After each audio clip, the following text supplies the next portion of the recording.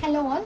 இன்னைக்கு வீடியோ நம்ம என்ன பார்க்க போறோம் அப்படின்னா, லாஸ்ட் வீடியோல வந்து நம்ம மேட்ரிக்ஸ்லாம் என்ன, அதோட டைப்ஸ்லாம் என்ன அப்படின்னு பார்த்தோம். ஸோ அப்போ வந்து அட்ஜாயிண்ட், இன்வர்ஸ் அப்படிங்கிற டேர்ம்ஸ்லாம் நமக்கு வந்துச்சு.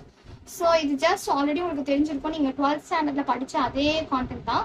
இப்போ ஜஸ்ட் தெரியல அப்படின்னா பிரஷுக்காக இந்த வீடியோ நான் அப்லோட் பண்றேன். அட்ஜாயிண்ட்டும் இன்வர்ஸும் எப்படி கண்டுபிடிக்க போறோம் அப்படின்றது. இப்போ வந்து ஒரு 2x2 மேட்ரிக்ஸ் கொடுத்துருக்காங்க அப்படின்னா அதுக்கு எப்படி நம்ம அட்ஜாயிண்ட் கண்டுபிடிப்போம் அப்படின்றது பார்க்கலாம். அட்ஜாயிண்ட் ஆஃப் ஏ அப்படின்றது 2x2 மேட்ரிக்ஸ்க்கு நம்ம கோஃபேக்டர்ஸ், மைனர்ஸ் அதெல்லாம் கால்குலேட் பண்ணி போடுறது வந்து ரொம்ப டைம் கன்சூமிங்கான ப்ராசஸ். ஸோ என்ன பண்ணிடலாம், அதுக்கு பேசாம லீடிங் டயகனல் இருக்கு இல்லையா, அதை ஸ்வாப் பண்ணிடலாம் அதில் இருக்கிற எலமெண்ட்ஸை. ஸோ -4 வந்து 5ஓட பிளேஸ்க்கு போயிடும், 5 வந்து -4ஓட பிளேஸ்க்கு வந்துடும். அண்ட் இந்த டயகனலோடைய சைனை வந்து சேஞ்ச் பண்ண போகிறோம். ப்ளஸ்ஸாக இருந்தால் மைனஸ்னு, மைனஸாக இருந்தால் ப்ளஸ். இங்கே என்ன இருக்குது, +7 இருக்குது. ஸோ -7 போட்டுருங்க. -3 இருக்குது, அதை +3 ஆக்கிடுங்க. அவ்வளோதான். இதுதான் நம்மளோட அட்ஜாயிண்ட் 2x2 மேட்ரிக்ஸ்க்கு. இதுவே இந்த கேஸ் ஆஃப் 3x3 மேட்ரிக்ஸா இருந்துச்சு அப்படின்னா, இது ஒரு 3x3 மேட்ரிக்ஸா. ஸோ அதுக்கு எப்படி நம்ம அட்ஜாயிண்ட் கண்டுபிடிப்போம் அப்படின்னா, adjoint B = plus minus plus அப்படி நான் போற மாதிரி சைன் ஆல்டர்னேட்டிவா நீங்க போட்டு வந்துருங்க. Plus minus plus minus plus alternative நம்ம சைன் போட்டுக்கலாம். அண்ட் ஃபைனலாக கிடைச்ச ஆன்சரை வந்து நம்ம டிரான்ஸ்போஸ் பண்ணிடணும். ரோவெல்லாம் காலமாகவும், காலம் எல்லாம் ரோவாகவும் டிரான்ஸ்போஸ் பண்ணிட போகிறோம்.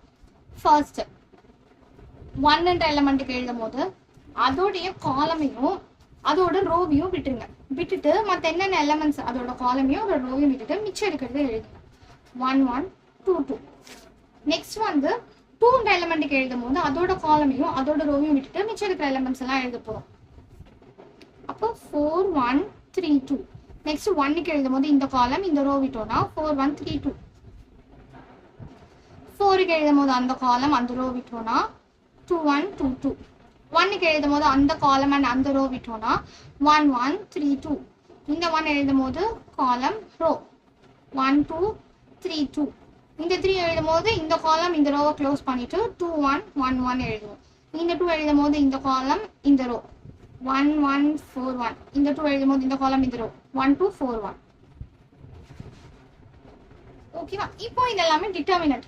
டிட்டர்மினன்ட் எப்படி எக்ஸ்பாண்ட் பண்ணணும் அப்படின்றது நமக்கு தெரியும். ஸோ என்ன பண்ணுவோம், ஜஸ்ட் இதையும் மல்டிப்ளை பண்ணி மைனஸ் பண்ணிடுவோம், அவ்வளோதான். 1 × 2 2 -2.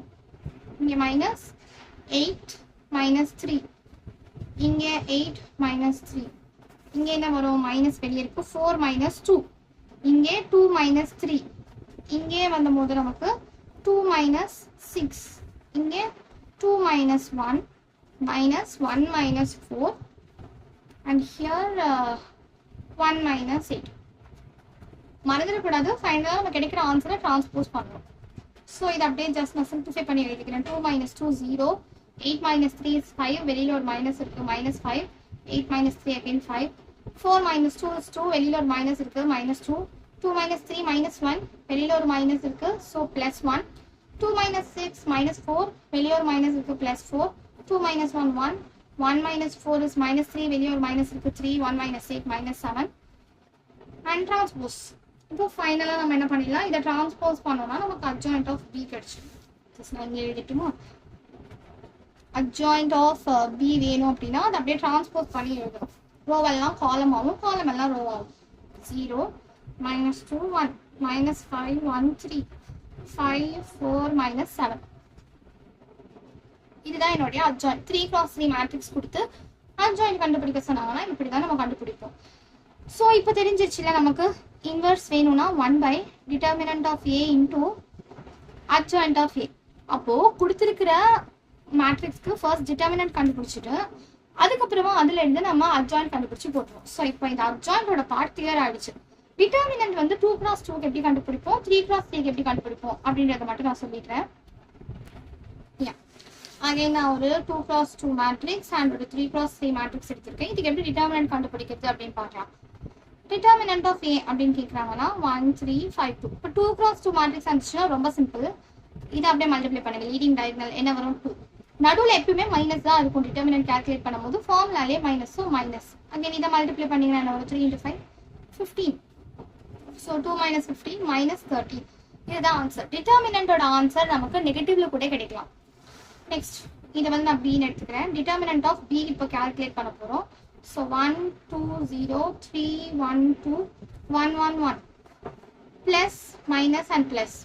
ஸோ இப்போ என்ன பண்ணணும், நம்ம இதுக்கு டிட்டர்மினன்ட் கால்குலேட் பண்ணுறதுக்கு எப்பவுமே 2x2 மேட்ரிக்ஸ்க்கு தான் நமக்கு டிட்டர்மினன்ட் எடுக்க முடியும். ஸோ இதை நம்ம ரிசால்வ் பண்ண போகிறோம். அப்போது ஃபர்ஸ்ட் இங்கே 1 போட்டுருங்க, அதோடைய காலமையும் அதோட ரோவையும் விட்டுட்டு பேலன்ஸ் எழுதுங்க. என்ன வரும், 1 2 1 1 -2 போட்டுட்டு இந்த காலமையும் இந்த ரோவையும் விட்டுட்டோம்னா 3 2 1 1 ப்ளஸ் 0 வந்துருச்சுன்னா அதை நீங்கள் எக்ஸ்பாண்டே பண்ண வேணாம், ஏன்னா 0 × anything 0 தான் வரப்போகுது. அப்படியும் நீங்கள் பண்ணுறீங்க அப்படின்னா இந்த காலம் இந்த ரோ விட்டுட்டே எழுதுங்க. 3 1 1 1 ஓகே. 1 இன்டூ இப்போ தெரியுமா இது என்ன பண்ணணும் நமக்குன்ட்டு. ஸோ 1 × 1 1 -2 -2 × 3 -2 0 × anything 0 அதை விட்டுருங்க. 1 × -1 -2 × 3 -2 is 1 -1 -2 the answer is -3. So determinant இப்படி தான் கண்டுபிடிப்போம். ஒரு ரோ எடுத்துட்டு அந்த ரோ வச்சு நம்ம எக்ஸ்பாண்ட் பண்ணி கண்டுபிடிப்போம். அது ஒரு ரோவா இருக்கலாம், இல்லை ஒரு காலமா இருக்கலாம். எந்த ரோ எந்த காலம் வச்சுனாலும் நம்ம எக்ஸ்பாண்ட் பண்ணலாம். ஜென்ரலா நம்ம இதை வச்சு பண்றோம். பட் நீங்க இந்த ரோ வச்சு கூட பண்ணலாம், இல்லை இந்த காலம் வச்சு கூட எக்ஸ்பாண்ட் பண்ணலாம். பட் சைன் மட்டும் கேர்ஃபுல்லா இருக்கணும். சைன் எப்பவுமே plus minus plus minus plus minus plus minus plus அப்படின்னு ஆல்டர்னேட்டா வரும். ஸோ அவ்வளோதான். Okay, thank you.